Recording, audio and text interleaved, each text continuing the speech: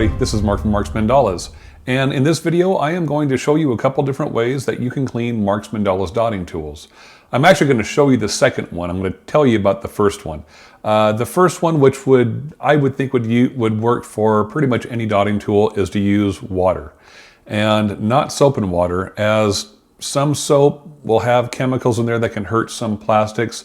It's much better to be safe than sorry. If you're going to use any kind of a soap, I would recommend reaching out to the manufacturer of those dotting tools first before using that or any other cleaner besides water. So I would use just straight water. For my dotting tools, it's safe to use to help get rid of some of the paint, a soft bristle toothbrush, which I'm going to demonstrate with the second method. Once again, I would reach out to the manufacturer of the dotting tool that you're using and make sure that it's okay to use anything like this. But this video is geared towards Marks Mandalas dotting tools. The second method, and I know there are other tools that recommend not using this for theirs, but for mine it is completely safe, and that is using isopropyl alcohol. Water, I think, works fine for lighter stains, just regular cleaning. But if you get some paint buildup or it's pretty dirty, or you just want to make them look nicer, you have the option of using isopropyl alcohol. Now this is 91%. You'll find 50%, 71%, some different percentages. This is pretty high, but I've had no problems using something this high as well. I think any of them should work pretty darn good. If you find that like you're using 50% and you're not getting the results that you're wanting, I would look for a higher percentage then.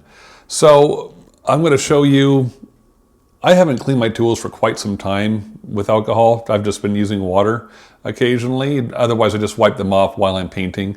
Here's one of the dirtier ones. Let me see if I can get this thing in focus, and hopefully you can see that there's some paint buildup on there. And let me see here. Let me find another one that has a little bit of. You can see there's some paint on there. You may find that even using the isopropyl alcohol, there may be some leftover discoloration from some of the paint pigment. I wouldn't worry too much about that because it won't affect the performance of creating a quality dot. But usually the isopropyl alcohol will take off the majority of the paint.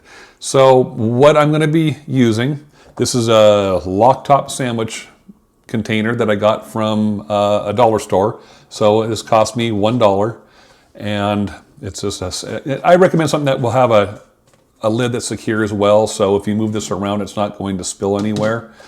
And I'm just going to put all these tools right in here.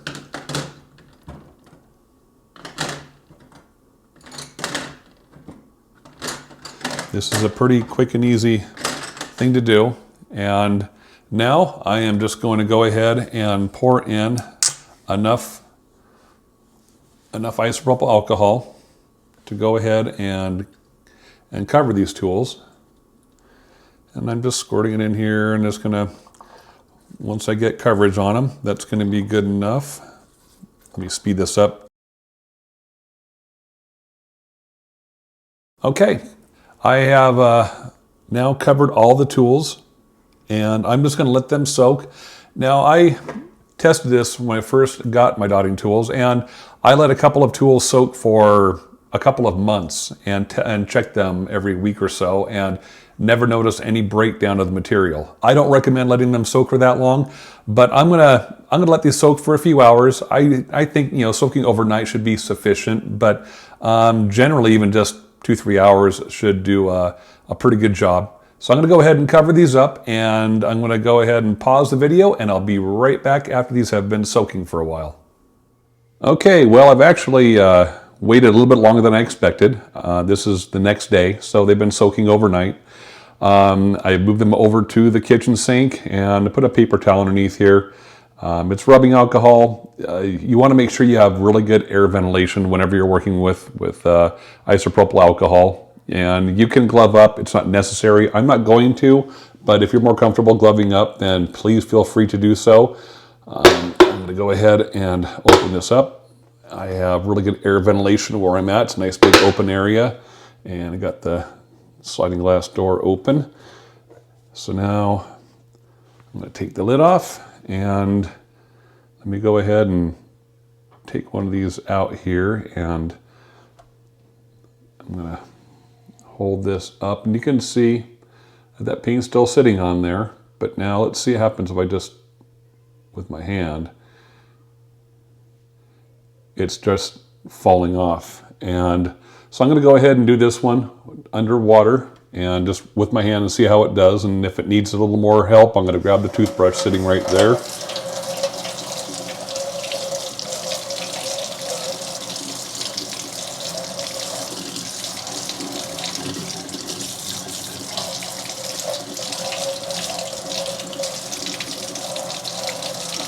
And I'm using my fingernail gently along here, not real hard.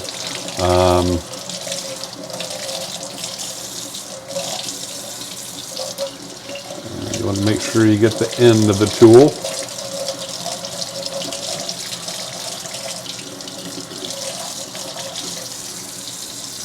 So you can see there is still some discoloration on there.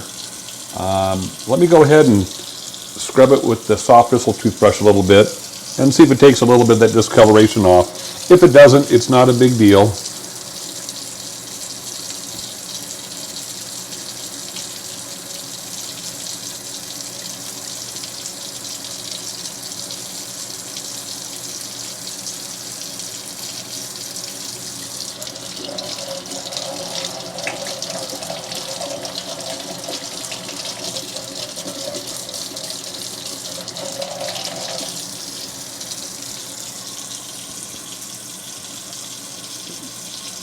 And as you can see, yeah, it's still slightly discolored, but that's not a problem at all. It's much cleaner than it was. And it's a matter of just getting that buildup taken off of there. And you can see here's the end of the other one. Let me go ahead and let's see what happens if I just rub this a little bit. Now I'm going to go ahead and scrub with the toothbrush a little bit and see how it does as far as cleaning that off.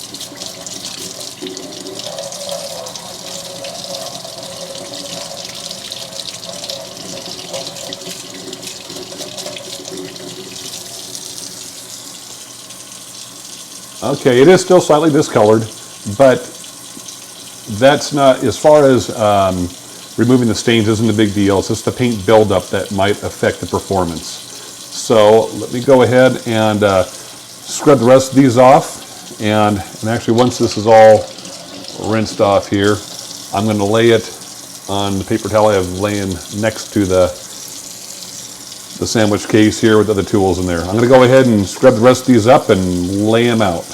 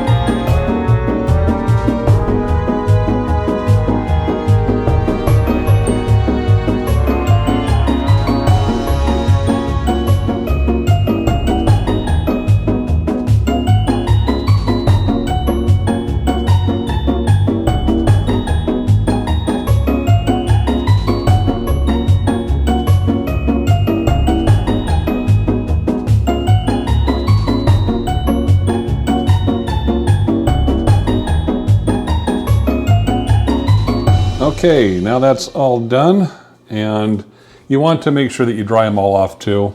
Letting them air dry is probably fine, especially since they're plastic, they're not going to rust, and it's just water that's on them. But I'm going to go ahead and dry them and set them aside.